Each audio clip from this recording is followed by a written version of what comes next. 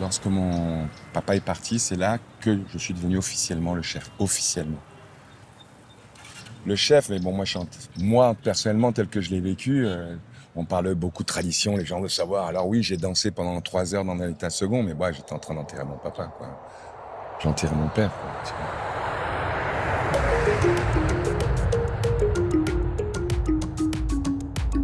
Le 8 janvier 2017, Zachary Noah s'éteint dans sa maison au Cameroun. Lors des funérailles, Yannick Noah porte un costume en feuilles de bananier. Il est désormais le patriarche de la famille. Bienvenue dans Yannick Noah, Entre vous et moi, un podcast européen, une saga exceptionnelle en 10 épisodes. Salut à tous, nous sommes à Etoudi, dans le lieu-dit Village Noah. Épisode 9, moi, chef de village. J'étais à New York longtemps, j'étais à Paris. Je débarque et tout d'un coup, papa part et là, d'un coup, je suis chef. Moi, c'était toujours Yann. Tonton Yann. Papa Yann. Majesté. Majesté, ok. Bon, il faut que je joue le jeu. C'est étrange. Mais mon interlocuteur a une doléance. Et quand elle a ce type de doléance, le dernier recours, si elle n'arrive pas à s'en sortir, c'est de venir voir le chef du village. Et si je peux, ben je l'aide. Si je peux, je l'aide. Et c'est infini, les doléances. Mais 3/4 du temps, je peux pas. Parfois, je peux. Ça fait plaisir.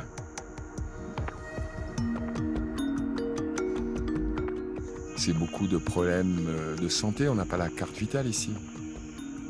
Il y a des gens qui n'ont pas 300 € pour payer une intervention et tant qu'ils ne payent pas, ben, ils meurent. C'est un truc. C'est comme ça que ça se passe ici.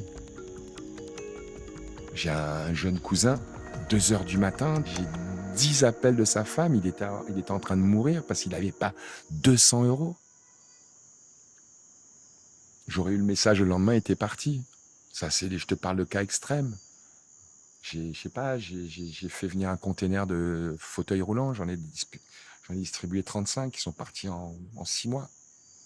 Tout ce que tu peux faire.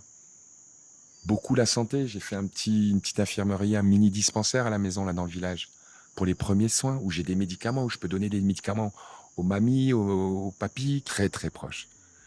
Et papa avait ce lien avec mes enfants, avec mes filles et mon dernier aussi, Joël Lucas, très proche. Et ils savent ce que c'est. C'est pas juste un club avec un hôtel, non. Ils savent très bien ce que ça représente. Et d'ailleurs, la première chose qu'ils font dès qu'ils arrivent, on se met au parking, on va directement au caveau pour passer un moment, allumer une bougie et penser à papa, quoi. Donc ils sont très connectés ici.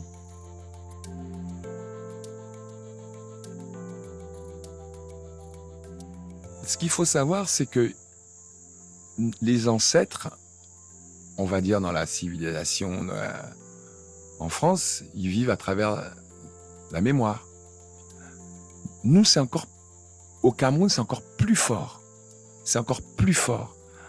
Le conseil que t'a donné l'ancêtre il y a 30 ans, il existe toujours aujourd'hui.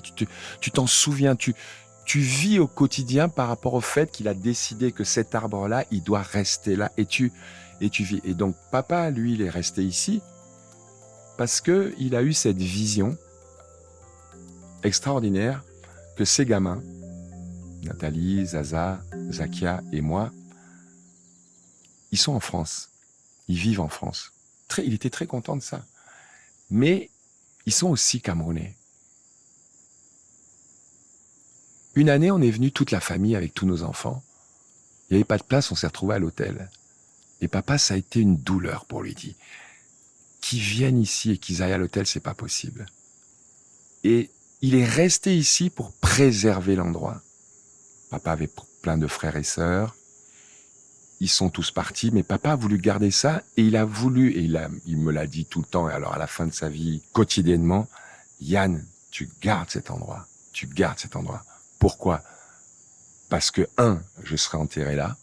Et enterré là, c'est pas comme si je prenais la voiture et que j'allais voir papa dans un cimetière. Non, il est ici. Donc, il est hors de question, évidemment. Enfin, c'est pas une opération immobilière. Ce truc-là, c'est l'ancrage. L'ancrage de gamins qui voyagent, qui sont métissés, qui ont plusieurs identités, religions, peu importe. Mais il y a un endroit où ils peuvent revenir se ressourcer, c'est ici. Et cet endroit, je veux qu'il soit beau. Pourquoi? Parce qu'ils sont là, présents. Mon grand-père, ma grand-mère, mon oncle et papa, ils sont là. C'est là que ça se passe. Ils habitent ici. Ils sont là.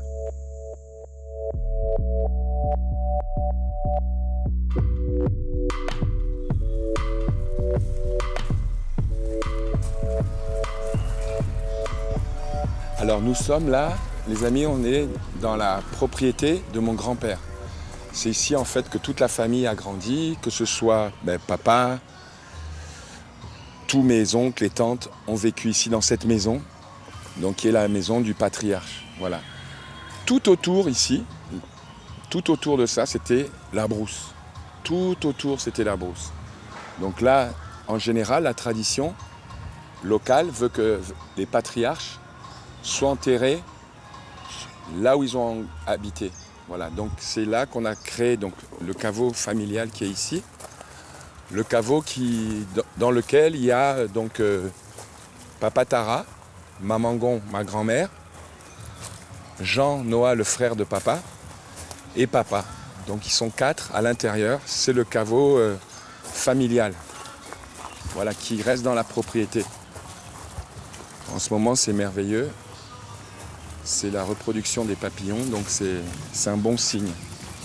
Voilà, donc ça se passe ici. C'est là qu'ils sont, c'est là qu'ils se reposent. Et de temps en temps, quand j'ai besoin de conseils de l'ancien, je viens voir mon papa ici et on discute. Voilà.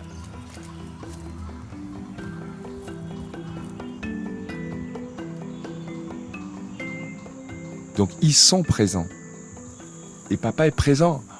Sans compter que papa était tellement apprécié, aimé ici, que partout où je vais, tonton Zach, oh là là, papa, j'ai fait ci avec papa, oh papa, il m'a donné ça, et papa, il m'a fait faire, grâce à lui, j'ai fait telles études, et il m'a encouragé pour ça, et c'est sans fin.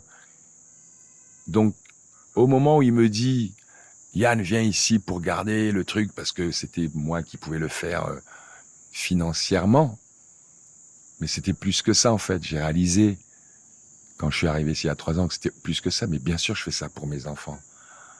Là on est assis, là j'ai vu Joachim se poser là et regarder et s'écrouler de larmes, parce que tout d'un coup aussi ça a résonné, c'est-à-dire que je suis en Amérique, je suis suédois, je suis français, je suis aussi camerounais, mais j'ai cet endroit, c'est ma terre. Et pareil pour mes filles et mon petit Joaluka. Parce que pour eux, c'est pas juste venir au Cameroun. C'est venir de là où je viens.